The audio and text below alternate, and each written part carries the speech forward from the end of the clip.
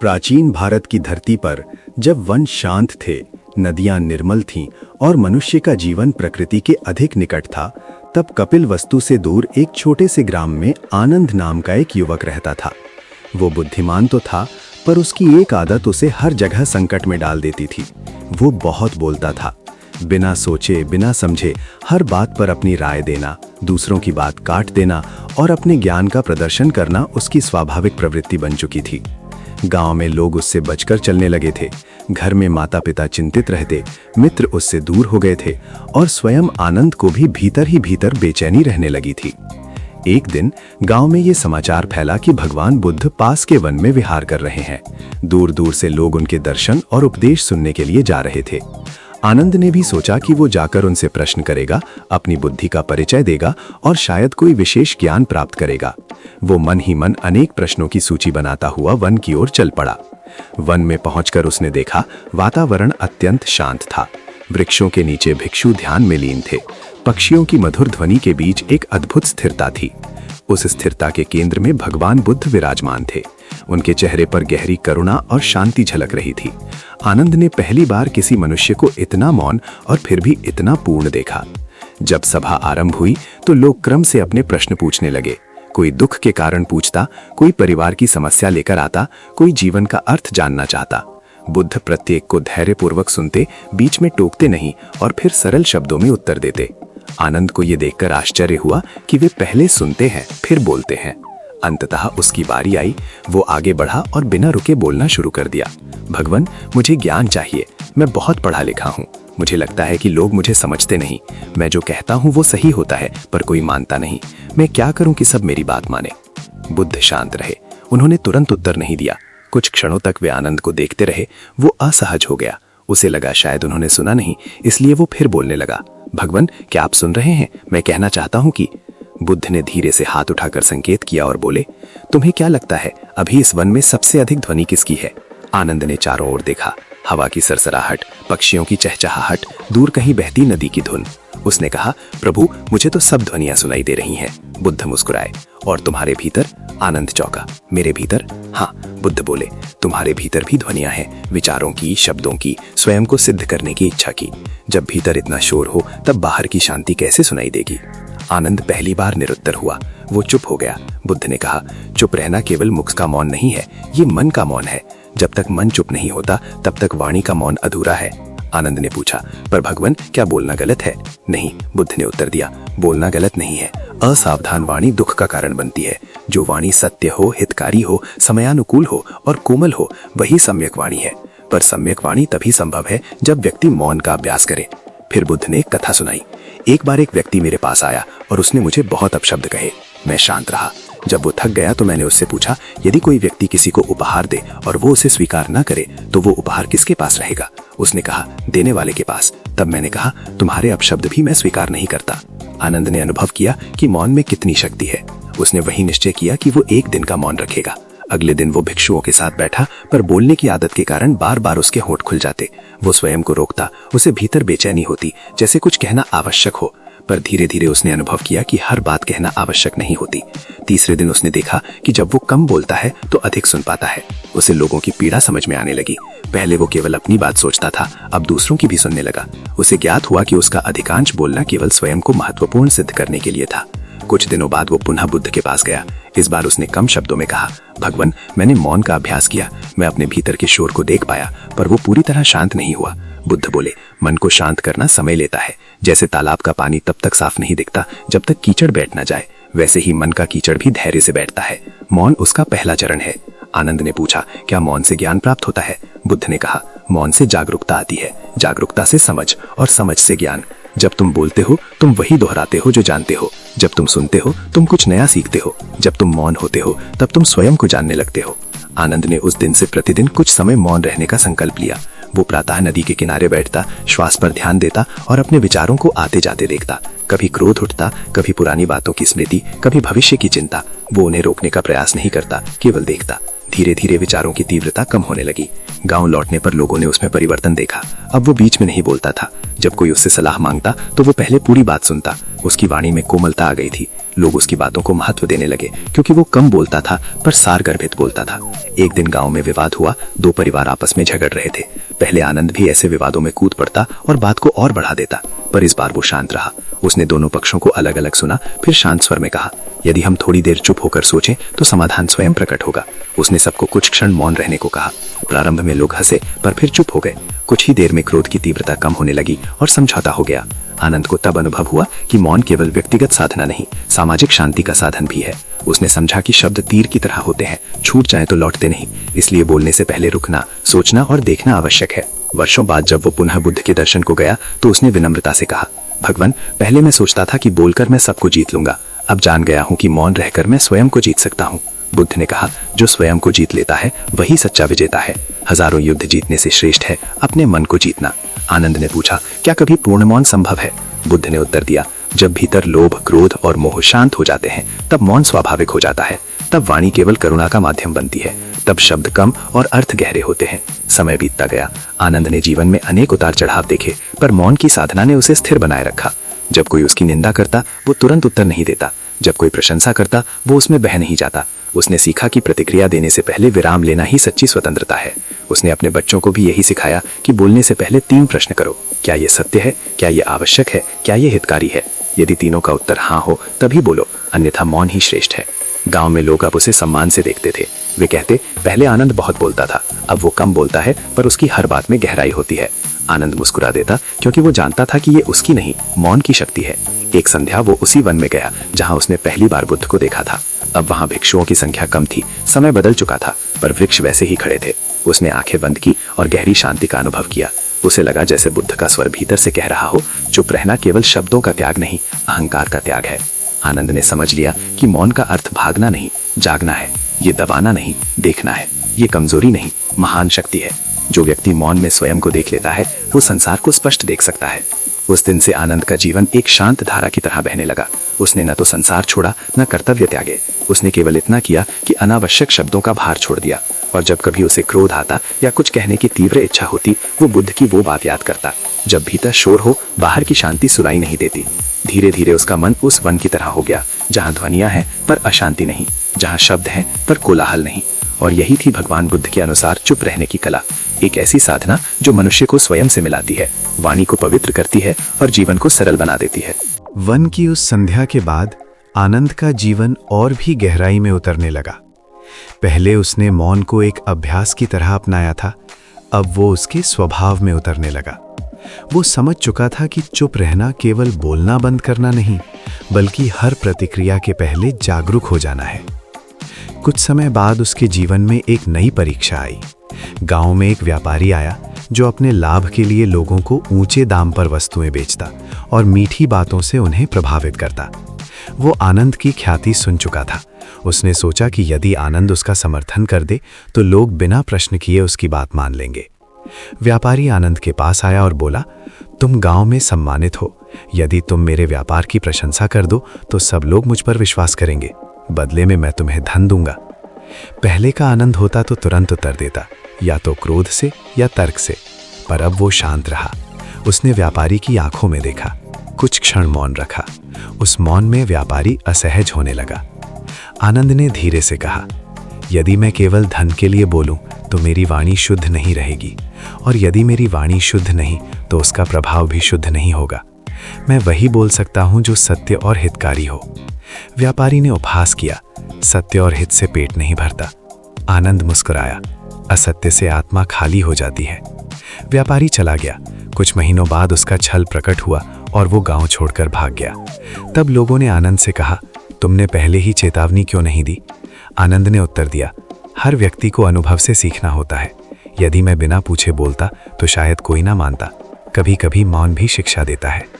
समय बीता। एक दिन उसका अपना पुत्र उससे नाराज हो गया। वो युवावस्था में था, उग्र स्वभाव का। उसने पिता पर आरोप लगाया कि वे हर बात पर चुप रहते हैं, इसीलिए लोग उनका लाभ उठा लेते हैं। आनंद ने तुरंत उत्तर नहीं दिया। उसने पुत्र को पूरी बात कहने दी। जब उसका क्रोध शांत हुआ तब आनंद बोला, तुम्हें लगता है कि मेरा मौन कमजोरी है? पुत्र ने कहा, हाँ, कई बार। आनंद ने उसे नदी के किनारे ले जाकर बैठाया। बहती धारा की ओर संकेत करते हुए बोला, ये नदी शांत दिखती है, पर इसकी धारा में कितनी शक्ति है। यदि ये हर क्षण शोर करे तो क्या इसकी गहराई बनी रहे भी। पुत्र कुछ देर सोचता रहा। आनंद ने आगे कहा, मौन का अर्थ अन्याय सहना नहीं। जब बोलना आवश्यक हो तब स्पष्ट और दृढ़ बोलना चाहिए, पर हर क्षण प्रतिक्रिया देना आवश्यक नहीं। कुछ ही दिनों बाद अवसर आया। गांव में एक निर्धन परिवार पर झूठा आरोप लगा। इस बार आनंद चुप नहीं रहा। उसने सबके सामने तथ्य रखे, शांत और स्पष्ट शब्दों में। उसकी वाणी में क्रोध नहीं था, पर दृढ़ता थी। लोग उसकी बात सुनते रहे, क्योंकि वो जानते थे कि वो व्यर्थ नहीं बोलता। सत्य प्रकट हुआ और निर्दोष परिवार बच गया। उस दिन उसके पुत्र ने पहली बार समझा कि मौन और कायरता अलग है। मौन वो भूमि है जहां से सही शब्द जन्म लेते हैं।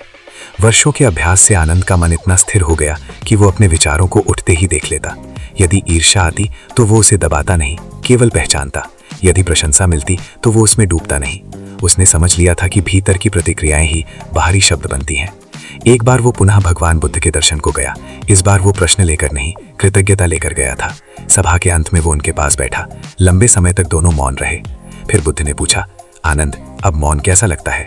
आनंद ने उत्तर दिया, पहले मौन मुझे खाली लगता था, जैसे कुछ छूट रहा हो। अब मौन पूर्ण लगता है, जैसे सब कुछ समाया हो। बुद्ध ने कहा, जब मौन पूर्ण लगे तब जानो कि तुम उससे भाग नहीं रहे, बल्कि उसमें स्थिर हो।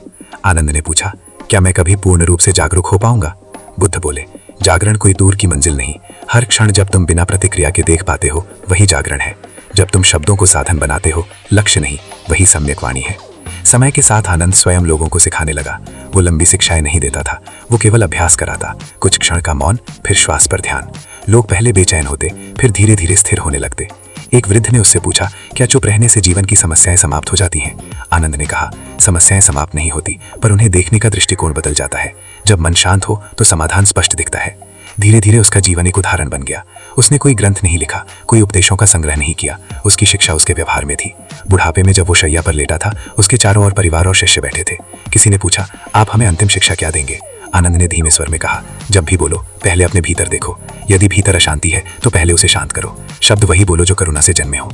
और याद रखो, कभी कभी सबसे गहरी शिक्षा मौन में मिलती है। इतना कहकर वो शांत हो गया। उसकी श्वास धीमी होती गई। उसके चेहरे पर वही शांति थी जो उसने वर्षों पहले वन में भगवान बुद्ध के चेहरे पर देखी थी। लोगों ने अनुभव किया कि एक ऐसा व्यक्ति चला गया जिसने उन्हें बोलकर नहीं, बल्कि चुप रहकर जीना सिखाया। और इस प्रकार चुप रहने की कला केवल एक आदत नहीं, बल्कि एक साधना बन गई। ऐसी साधना जो मन को स्थिर करती है, वाणी को पवित्र करती है और जीवन को बुद्ध के मार्ग पर अग्रसर करती है। आनंद के शरीर त्यागने के बाद भी उसकी कथा गांव में जीवित रही। लोग कहते थे कि उसने कोई चमत्कार नहीं किया, पर उसका जीवन स्वयं एक चमत्कार था।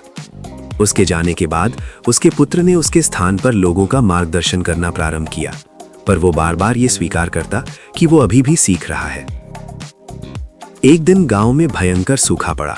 खेत सूखने लगे, कुएं आधे रह गए और लोगों के मन में भय भर गया। जब संकट आता है तब शब्द तेज हो जाते हैं, आरोप, शिकायत, क्रोध। गांव के लोग एक दूसरे को दोष देने लगे कि किसने अधिक जल लिया, किसने कम। आनंद का पुत्र सबको सभा में बुलाकर बैठा। उसे पिता की शिक्षा याद थी। उसने तुरंत कोई योजना नहीं बताई। उसने कहा, पहले हम सब 5 मिनट चुप बैठें।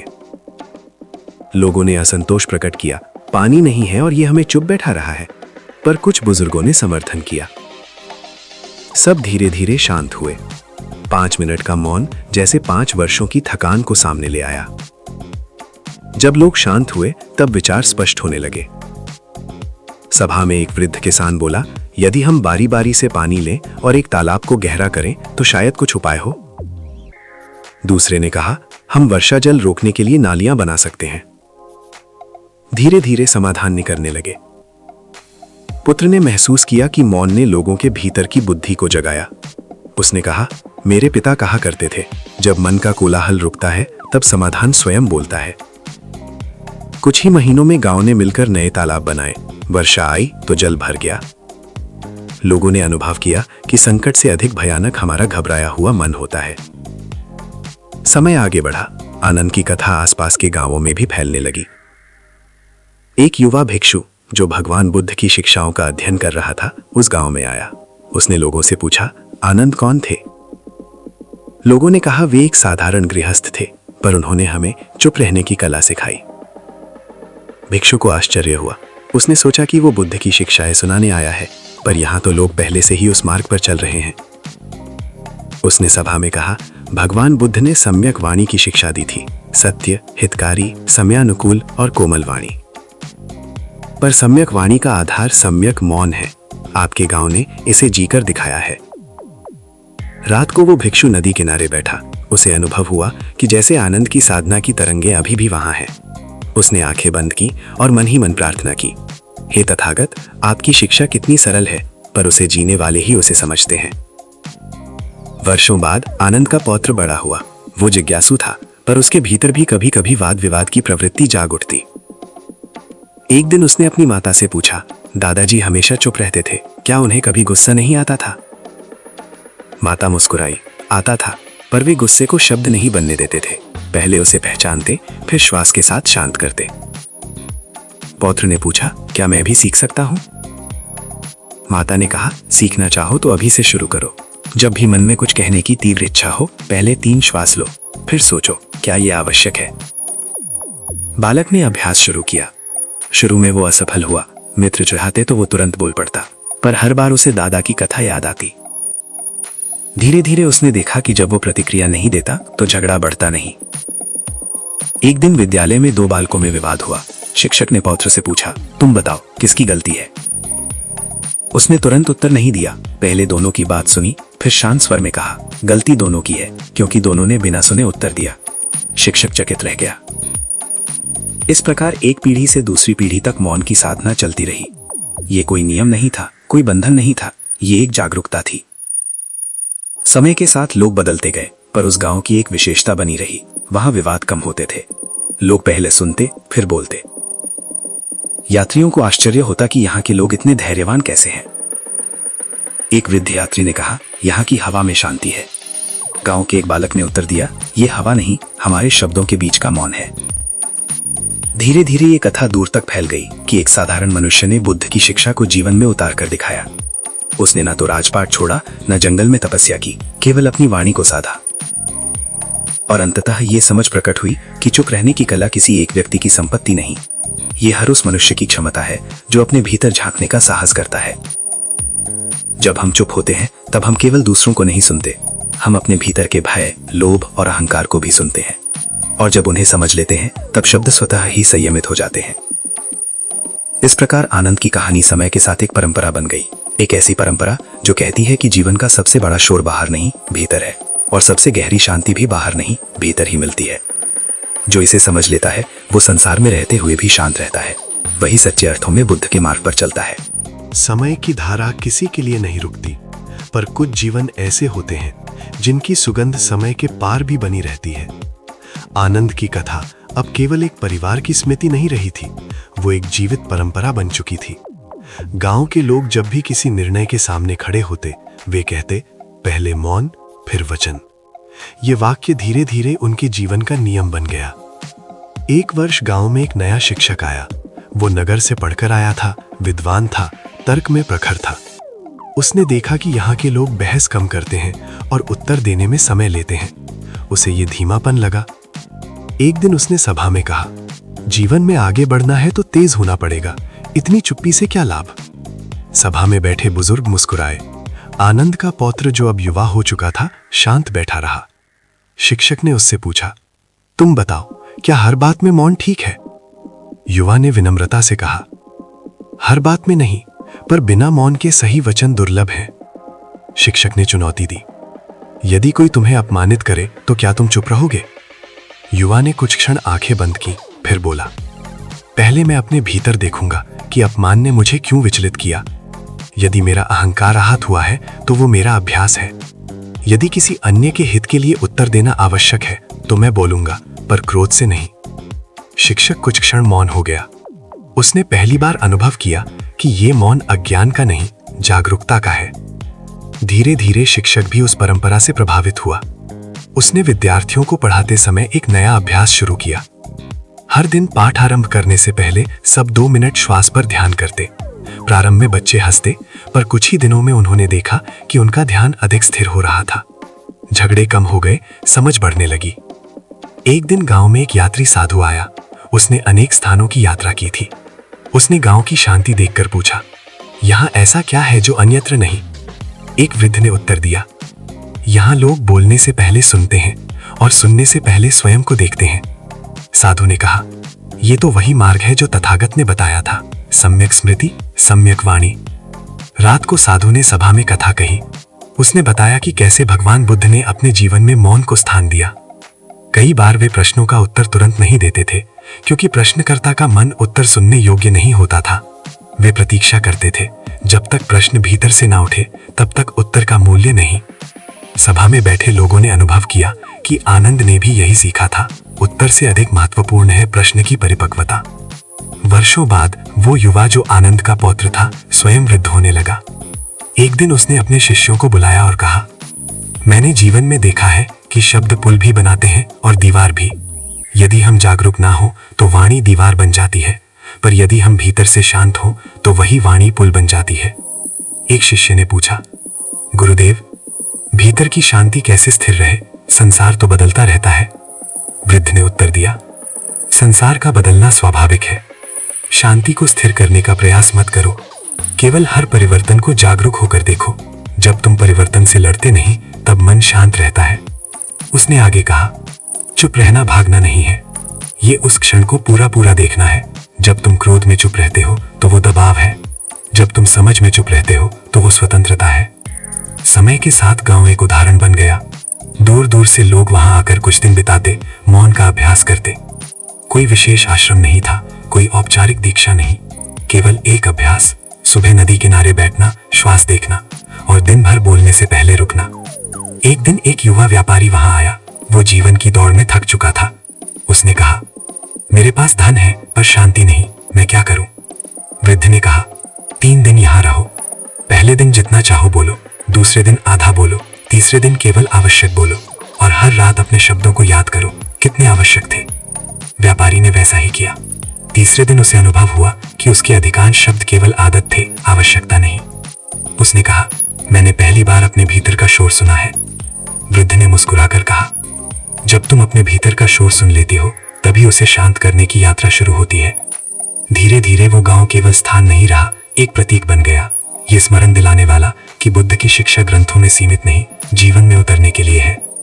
आनंद ने जो सीखा था वो शब्दों से नहीं, अभ्यास से सीखा था, और वही अभ्यास पीढ़ी दर पीढ़ी बहता रहा। अंत में जब वो वृद्ध भी जीवन की संध्या में पहुंचा, उसने अपने परिवार से कहा, हमारी परंपरा को शब्दों में मत बांधो, इसे अभ्यास में जीवित रखना। यदि कभी भ्रम हो तो श्वास पर लौट आना, यदि क्रोध हो तो मौन को याद करना, यदि अहंकार उठे तो स्वयं से पूछना, क्या ये बोलना आवश्यक है? उसकी आंखें धीरे धीरे बंद हुई। वातावरण में गहरी शांति थी। किसी ने रोना शुरू किया पर दूसरे ने संकेत किया। कुछ क्षण मौन, सब शांत हो गए। उस मौन में शोक भी था, कृतज्ञता भी और एक गहरी समझ भी। और इस प्रकार कथा आगे बढ़ती रही, ना किसी पुस्तक में सीमित, ना किसी शिलालेख में अंकित। वो हर उस हृदय में जीवित रही जो बोलने से पहले रुकता है, जो सुनने से पहले स्वयं को शांत करता है। चुप रहने की कला अंततः यही सिखाती है कि जीवन एक निरंतर प्रवाह है। शब्द उसकी सतह पर लहरें हैं, पर मौन उसकी गहराई है। जो गहराई को जान लेता है वो लहरों से भयभीत नहीं होता। यही भगवान बुद्ध के मार्ग का सार है। जागो, देखो और फिर बोलो। यदि देखने में पूर्णता हो जाए तो कई बार बोलना भी आवश्यक नहीं रह जाता, और तब मौन ही सबसे सच्चा वचन बन जाता है। समय बीतता रहा, पर उस गांव की परंपरा जैसे एक अदृश्य धारा की तरह प्रवाहित होती रही। अब नई पीढ़ी के बच्चे बड़े हो रहे थे। उनके हाथों में नए औजार थे, उनके सामने नए आकर्षण थे। दूर नगरों से लोग आकर व्यापार करने लगे, नए विचार आने लगे और जीवन की गति पहले से तेज हो गई। तेज गति के साथ एक नई चुनौती आई, अधीरता। लोग जल्दी परिणाम चाहते थे, जल्दी उत्तर चाहते थे और जल्दी प्रतिक्रिया भी। शब्द फिर से तेज होने लगे। गांव के मध्य में जो पुराना पीपल का वृक्ष था, उसके नीचे अब भी प्रतिदिन संध्या को कुछ लोग बैठते थे। वहां कोई औपचारिक सभा नहीं होती थी, पर जो भी भीतर से व्याकुल होता वहां आकर कुछ देर चुप बैठ जाता। एक दिन 2 युवा आपस में बहुत तीखी बहस कर रहे थे। विषय छोटा था पर अहंकार बड़ा। आवाज ऊंची होती गई। तभी एक बालिका जो अभी किशोरावस्था में थी उनके पास आई और बोली, क्या आप दोनों 5 श्वास तक चुप रह सकते हैं? दोनों ने पहले उसे अनदेखा किया, पर आसपास बैठे लोगों ने भी कहा, 5 श्वास ही तो हैं। अनिच्छा से दोनों चुप हुए। 5 गहरी श्वासें ली। आश्चर्य की बात यह थी कि 5 श्वासों के बाद उनकी आवाज पहले जैसी तीखी नहीं रही। उनमें से एक ने धीमे स्वर में कहा, शायद मैं जरूरत से ज्यादा उत्तेजित हो गया था। दूसरे ने भी स्वीकार किया, मैंने पूरी बात सुनी ही नहीं थी।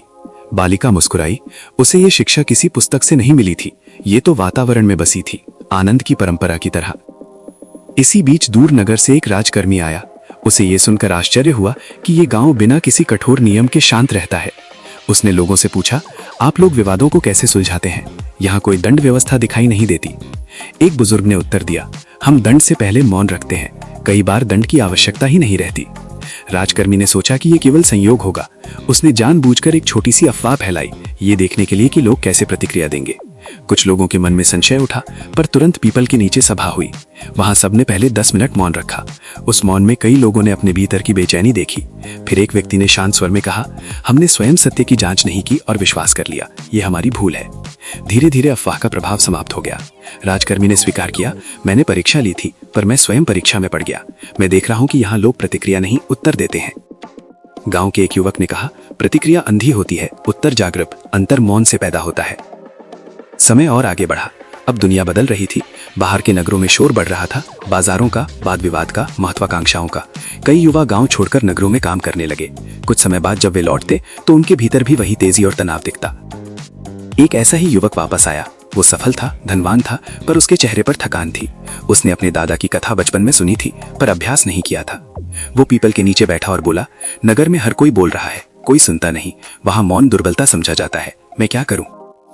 एक वृद्ध महिला ने कहा, जहां शोर अधिक हो वहां मौन और आवश्यक हो जाता है, पर मौन को दिखावा मत बनाओ, पहले स्वयं के भीतर सुनो। युवक ने पूछा, कैसे? महिला ने कहा, रात को सोने से पहले दिन भर के अपने शब्दों को याद करो, देखो कितने शब्द आवश्यक थे और कितने केवल आदत। धीरे धीरे अंतर स्पष्ट होगा। युवक ने अभ्यास शुरू किया। उसे एहसास हुआ कि नगर में उसकी थकान का बड़ा कारण लगातार बोलना और प्रतिक्रिया देना था। कुछ महीनों में उसने अपने काम के बीच भी छोटे छोटे मौन के क्षण जोड़ दिए। बैठक से पहले 3 श्वास, उत्तर देने से पहले एक विराम। आश्चर्य ये कि उसके निर्णय अधिक स्पष्ट होने लगे और लोग उसकी बात अधिक ध्यान से सुनने लगे। वो पुनः गांव आया और बोला, मुझे समझ में आया कि मौन केवल जंगल या गांव की चीज नहीं, ये तो मन की अवस्था है, इसे कहीं भी जिया जा सकता है। पीपल के नीचे बैठे लोगों ने संतोष की दृष्टि से एक दूसरे को देखा। आनंद की परंपरा अब केवल एक स्थान तक सीमित नहीं रही थी, वो लोगों के जीवन में चल रही थी। एक दिन उसी पीपल के नीचे एक छोटा बालक बैठा था। उसने अपनी माँ से पूछा, माँ, क्या मौन का अंत होता है? माँ ने कहा, जब मन पूर्णतः शांत हो जाए तब मौन और शब्द अलग नहीं रहते, तब जो भी शब्द निकलता है वो मौन से ही जन्म लेता है। बालक ने आंखें बंद की और कुछ क्षण चुप बैठा, फिर बोला, मुझे भीतर एक हल्की सी शांति महसूस हो रही है। माँ ने कहा, उसी को संभाल कर रखना, वही तुम्हारा सच्चा घर है। संध्या ढल रही थी, आकाश में हल्की लालिमा थी, पक्षियों का कलरव भी धीरे धीरे थम रहा था। पीपल के पत्तों की सरसराहट में जैसे कोई अदृश्य शिक्षा बह रही थी। बोलो पर जागरूक होकर, सुनो पर खुले हृदय से, और जब कुछ भी स्पष्ट ना हो तो पहले चुप हो जाओ। इस प्रकार कहानी आगे बढ़ती रही। नायक बदलते रहे, परिस्थितियां बदलती रहीं, पर मूल शिक्षा वही रही। चुप रहना पलायन नहीं, आत्मदर्शन है। ये दबाव नहीं, स्वतंत्रता है। ये शब्दों का अभाव नहीं, उनके पीछे की चेतना का जागरण है। और जब भी कोई इस परंपरा को भूलने लगता, जीवन स्वयं उसे फिर से याद दिला देता, किसी विवाद के माध्यम से, किसी पीड़ा के माध्यम से, या किसी गहरी थकान के माध्यम से। तब वही पुरानी सरल शिक्षा सामने आती, रुको, श्वास लो, देखो और फिर बोलो। यही वो धारा है जो अनादि से बह रही है, और जब तक मनुष्य के भीतर विचार उठते रहेंगे तब तक मौन की यह साधना प्रासंगिक रहेगी, क्योंकि अंततः शब्द सीमित है पर मौन असीम है, और जो उस असीम को छू लेता है उसके लिए जीवन स्वयं एक शांत, गहरी और करुणामय कथा बन जाता है। समय बीतता रहा, पर उस गांव की परंपरा जैसे एक अदृश्य धारा की तरह प्रवाहित होती रही। अब नई पीढ़ी के बच्चे बड़े हो रहे थे, उनके हाथों में नए औजार थे, उनके सामने नए आकर्षण थे। दूर नगरों से लोग आकर व्यापार करने लगे, नए विचार आने लगे, और जीवन की गति पहले से तेज हो गई। तेज गति के साथ एक नई चुनौती आई, अधीरता। लोग जल्दी परिणाम चाहते थे, जल्दी उत्तर चाहते थे, और जल्दी प्रतिक्रिया भी। शब्द फिर से तेज होने लगे। गांव के मध्य में जो पुराना पीपल का वृक्ष था, उसके नीचे अब भी प्रतिदिन संध्या को कुछ लोग बैठते थे। वहां कोई औपचारिक सभा नहीं होती थी, पर जो भी भीतर से व्याकुल होता वहां आकर कुछ देर चुप बैठ जाता। एक दिन 2 युवा आपस में बहुत तीखी बहस कर रहे थे। विषय छोटा था पर अहंकार बड़ा। आवाज ऊंची होती गई। तभी एक बालिका जो अभी किशोरावस्था में थी उनके पास आई और बोली, क्या आप दोनों 5 श्वास तक चुप रह सकते हैं? दोनों ने पहले उसे अनदेखा किया, पर आसपास बैठे लोगों ने भी कहा, 5 श्वास ही तो हैं। अनिच्छा से दोनों चुप हुए। 5 गहरी श्वासें ली। आश्चर्य की बात यह थी कि 5 श्वासों के बाद उनकी आवाज पहले जैसी तीखी नहीं रही। उनमें से एक ने धीमे स्वर में कहा, शायद मैं जरूरत से ज्यादा उत्तेजित हो गया था। दूसरे ने भी स्वीकार किया, मैंने पूरी बात सुनी ही नहीं थी। बालिका मुस्कुराई। उसे ये शिक्षा किसी पुस्तक से नहीं मिली थी, ये तो वातावरण में बसी थी, आनंद की परंपरा की तरह। इसी बीच दूर नगर से एक राजकर्मी आया। उसे ये सुनकर आश्चर्य हुआ कि ये गांव बिना किसी कठोर नियम के शांत रहता है। उसने लोगों से पूछा, आप लोग विवादों को कैसे सुलझाते हैं? यहाँ कोई दंड व्यवस्था दिखाई नहीं देती। एक बुजुर्ग ने उत्तर दिया, हम दंड से पहले मौन रखते हैं। कई बार दंड की आवश्यकता ही नहीं रहती। राजकर्मी ने सोचा कि यह केवल संयोग होगा। उसने जानबूझकर एक छोटी सी अफवाह फैलाई, ये देखने के लिए कि लोग कैसे प्रतिक्रिया देंगे। कुछ लोगों के मन में संशय उठा, पर तुरंत पीपल के नीचे सभा हुई। वहां सबने पहले 10 मिनट मौन रखा। उस मौन में कई लोगों ने अपने भीतर की बेचैनी देखी। फिर एक व्यक्ति ने शांत स्वर में कहा, हमने स्वयं सत्य की जांच नहीं की और विश्वास कर लिया, ये हमारी भूल है। धीरे धीरे अफवाह का प्रभाव समाप्त हो गया। राजकर्मी ने स्वीकार किया, मैंने परीक्षा ली थी, पर मैं स्वयं परीक्षा में पड़ गया। मैं देख रहा हूं कि यहाँ लोग प्रतिक्रिया नहीं, उत्तर देते हैं।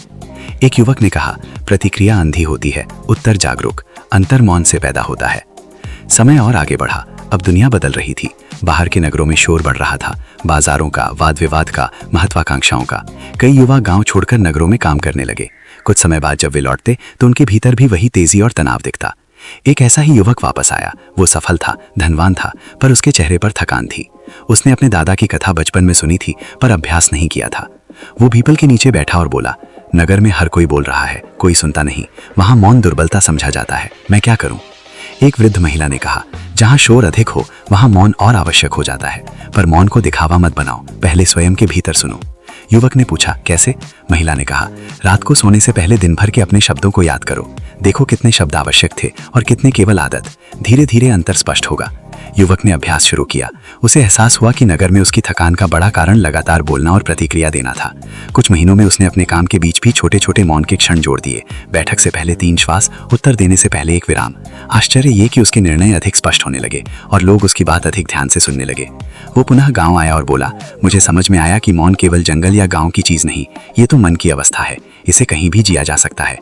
पीपल के नीचे बैठे लोगों ने संतोष की दृष्टि से एक दूसरे को देखा। आनंद की परंपरा अब केवल एक स्थान तक सीमित नहीं रही थी, वो लोगों के जीवन में चल रही थी। एक दिन उसी पीपल के नीचे एक छोटा बालक बैठा था। उसने अपनी माँ से पूछा, माँ, क्या मौन का अंत होता है? माँ ने कहा, जब मन पूर्णतः शांत हो जाए तब मौन और शब्द अलग नहीं रहते। तब जो भी शब्द निकलता है वो मौन से ही जन्म लेता है। बालक ने आंखें बंद की और कुछ क्षण चुप बैठा। फिर बोला, मुझे भीतर एक हल्की सी शांति महसूस हो रही है। माँ ने कहा, उसी को संभाल कर रखना, वही तुम्हारा सच्चा घर है। संध्या ढल रही थी। आकाश में हल्की लालिमा थी। पक्षियों का कलरव भी धीरे धीरे थम रहा था।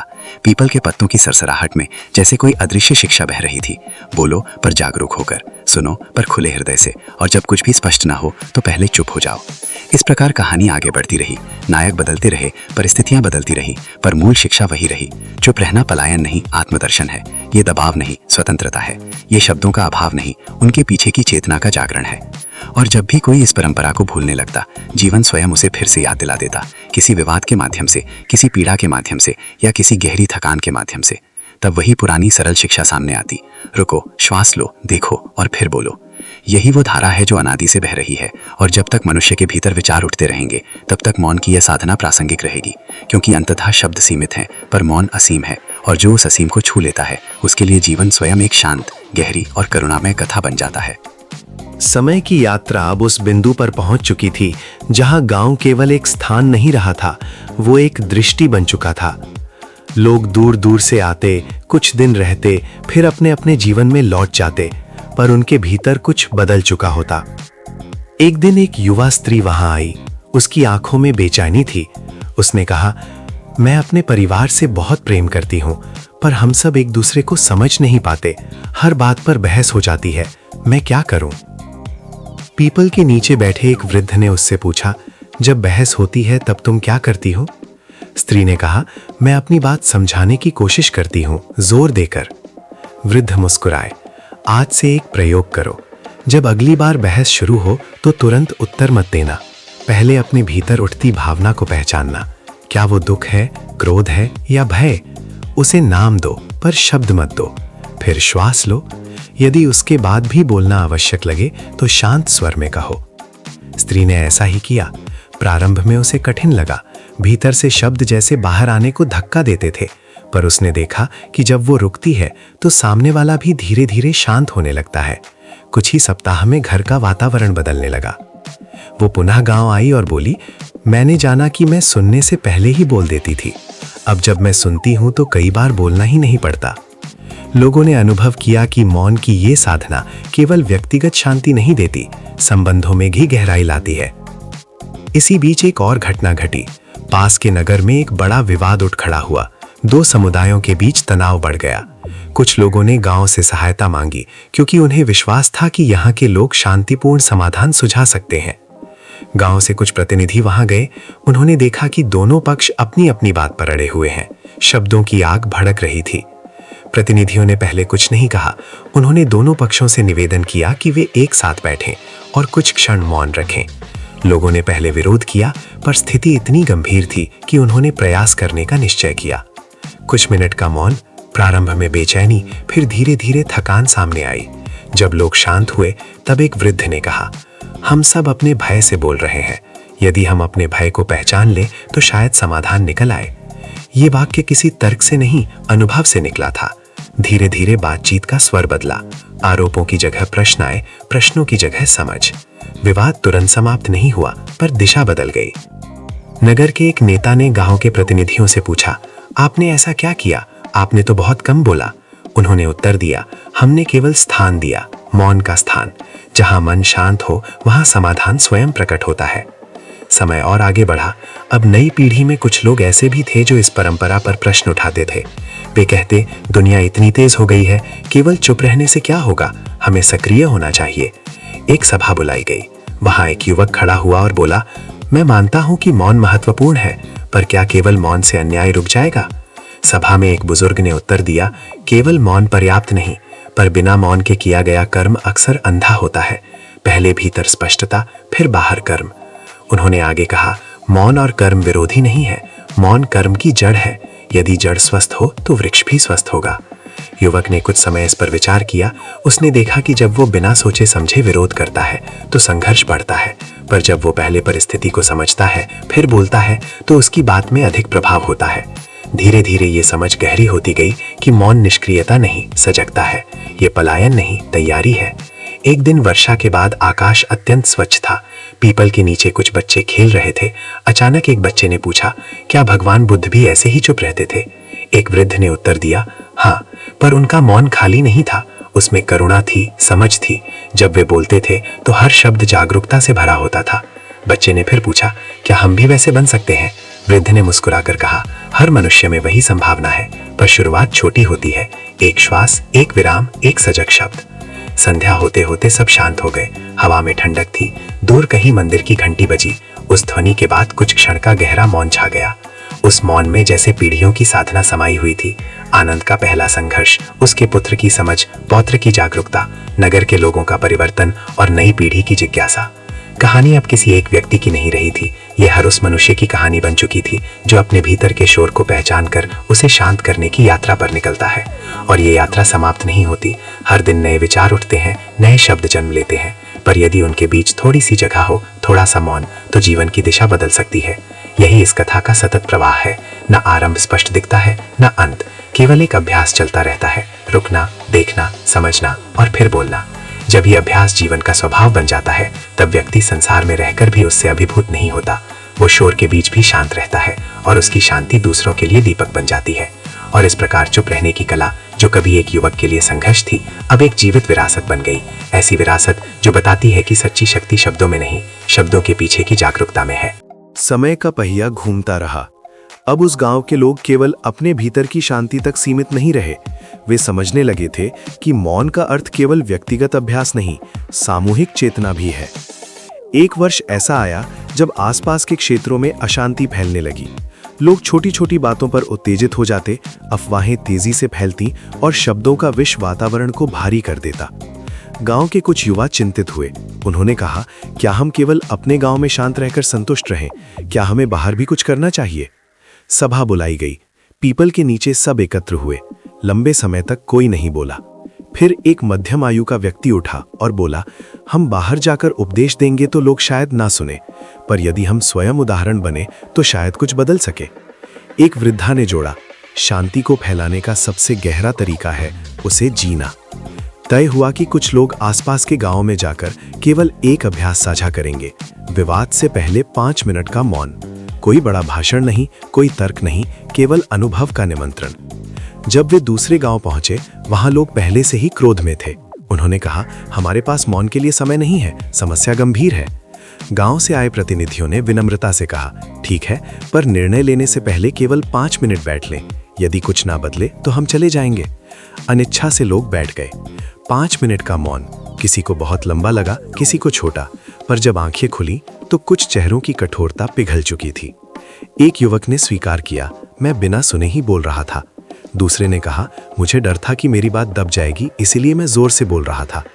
धीरे धीरे वातावरण में परिवर्तन आया। समस्या तुरंत समाप्त नहीं हुई, पर उसका समाधान अधिक शांतिपूर्ण दिशा में बढ़ने लगा। इस अनुभव ने गांव के लोगों को और गहरा विश्वास दिया कि मौन निष्क्रियता नहीं, एक सक्रिय शक्ति है। इसी बीच एक दिन गांव में एक वृद्ध सन्यासी आया। वो वर्षों तक ध्यान साधना कर चुका था। उसने गांव के लोगों से पूछा, आप लोग मौन का अभ्यास करते हैं, पर क्या आपने अपने भीतर के सूक्ष्म अहंकार को भी देखा है? वो अहंकार जो कहता है, हम शांत हैं, हम श्रेष्ठ हैं। ये प्रश्न सुनकर सभा में गहरा मौन छा गया। एक युवक ने धीरे से कहा, शायद कभी कभी हमें अपने अभ्यास पर गर्व हो जाता है। सन्यासी ने कहा, मौन का सबसे सूक्ष्म शत्रु यही है, मौन पर भी अहंकार। यदि तुम्हें लगे कि तुम दूसरों से अधिक जागरूक हो, तो समझो कि भीतर कोई हलचल है। ये शिक्षा गहरी थी। गांव के लोगों ने देखा कि वे अनजाने में अपने अभ्यास को पहचान का हिस्सा बना रहे थे। उन्होंने निश्चय किया कि वे मौन को प्रदर्शन नहीं बनाएंगे। उस दिन से उन्होंने एक और अभ्यास जोड़ा, जब भी मन में मैं की भावना अधिक प्रबल हो, तब उसे भी देखना। समय फिर आगे बढ़ा। अब गांव में एक छोटा सा केंद्र बन गया था, जहां लोग आकर ध्यान करते, बातचीत करते और जीवन की कठिनाइयों को साझा करते। वहां दीवार पर कोई नियम नहीं लिखा था, केवल एक पंक्ति थी, पहले स्वयं को सुनो। एक दिन एक बालक वहां आया। वो बहुत दुखी था क्योंकि उसके मित्र ने उसे अपमानित किया था। उसने रोते हुए कहा, मैं उसे तुरंत उत्तर देना चाहता था, पर मुझे याद आया कि पहले श्वास लेनी है। पर भीतर इतना दर्द था कि मैं क्या करूं समझ नहीं पाया। एक वृद्ध ने उसे अपने पास बिठाया और कहा, जब दर्द बहुत गहरा हो, तब मौन का अर्थ शब्द रोकना नहीं, स्वयं को करुणा देना है। अपनी भावना को स्वीकार करो, कहो, हाँ मुझे दुख हुआ है, फिर देखो क्या सचमुच उत्तर देना आवश्यक है। बालक ने आंखें बंद की। कुछ क्षण बाद उसकी सिसकियां धीमी हो गईं। उसने कहा, अब उतना गुस्सा नहीं है। वृद्ध ने कहा, देखो, मौन ने तुम्हें अपने दर्द से भागने नहीं दिया, उसे समझने दिया। धीरे धीरे ये समझ और स्पष्ट हुई कि मौन केवल बाहर की ध्वनि को रोकना नहीं, भीतर के अनुभव को स्वीकार करना है। वर्षों बाद जब वो बालक युवा हुआ, उसने अपने जीवन में कई कठिन परिस्थितियां देखी, हानि, असफलता, अपमान, पर हर बार वो उसी अभ्यास पर लौटता, रुकना, श्वास लेना, देखना। एक रात वो पीपल के नीचे अकेला बैठा था। आकाश में तारे चमक रहे थे। उसने भीतर गहराई से अनुभव किया कि मौन कोई तकनीक नहीं, एक अवस्था है जहां स्वीकार है, करुणा है और स्पष्टता है। उसे लगा जैसे दूर अतीत से आनंद की मुस्कान अब भी बह रही हो। उसने मन ही मन कहा, ये परंपरा शब्दों से नहीं, अनुभव से जीवित रहे। और सचमुच कहानी यहीं समाप्त नहीं होती। हर नए जन्म के साथ, हर नई परिस्थिति के साथ ये फिर से शुरू हो जाती है। जब भी कोई व्यक्ति क्रोध में रुकता है, जब भी कोई अपमान के बाद प्रतिक्रिया देने से पहले श्वास लेता है, जब भी कोई विवाद के बीच 5 मिनट का मौन प्रस्तावित करता है, वहीं से ये कथा फिर जीवित हो उठती है। ये किसी एक गांव की नहीं, हर उस हृदय की कथा है जो शोर के बीच शांति खोजता है। और अंततः यही सार है, शब्द आवश्यक है पर वे अंतिम सत्य नहीं। मौन गहरा है पर वो खाली नहीं। जब दोनों संतुलित हो जाते हैं, तब जीवन स्वयं ध्यान बन जाता है। कहानी बहती रहती है, हर श्वास के साथ, हर विराम के साथ और हर उस क्षण के साथ जब हम बोलने से पहले ठहर जाते हैं। अंत में इतना ही शेष रहता है कि मनुष्य स्वयं से पूछे, मैं क्यों बोलता हूं? क्या मैं समझने के लिए बोलता हूं या स्वयं को सिद्ध करने के लिए? क्या मेरे शब्द करुणा से जन्म लेते हैं या भय और अहंकार से? आनंद की कथा, उसकी संतानों की यात्रा, गांव की परंपरा, ये सब केवल संकेत हैं। वास्तविक कथा हर उस क्षण में घटती है जब हम क्रोध में हों और फिर भी रुक जाएं, जब अपमान मिले और हम तुरंत उत्तर न दें, जब भीतर शोर हो और हम उसे देखने का साहस करें। चुप रहना भागना नहीं है, ये भीतर उतरना है। चुप रहना कमजोरी नहीं है, ये आत्मबल है। चुप रहना शब्दों का त्याग नहीं, उनके शुद्ध जन्म की तैयारी है।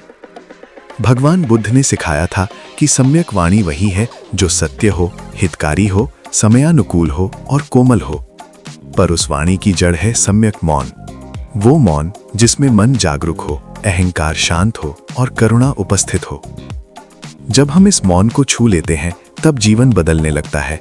संबंध सहज हो जाते हैं, निर्णय स्पष्ट हो जाते हैं और सबसे महत्वपूर्ण, हम स्वयं से युद्ध करना छोड़ देते हैं।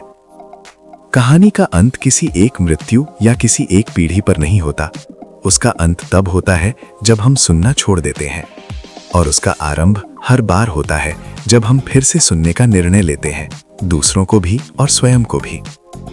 यदि इस पूरी कथा से एक ही बात स्मरण रखनी हो तो वो यही है, बोलने से पहले रुक जाओ, रुककर श्वास लो, श्वास लेकर देखो, फिर जो शब्द आए उन्हें करुणा से जन्म लेने दो। तभी मौन तुम्हारा शत्रु नहीं, तुम्हारा मित्र बन जाएगा। तभी शब्द तुम्हारा बोझ नहीं, तुम्हारी साधना बन जाएंगे। और तब जीवन स्वयं एक शांत, गहरी, करुणामय कथा बन जाएगा, जिसका अंतिम शब्द भी मौन में ही विलीन हो जाएगा।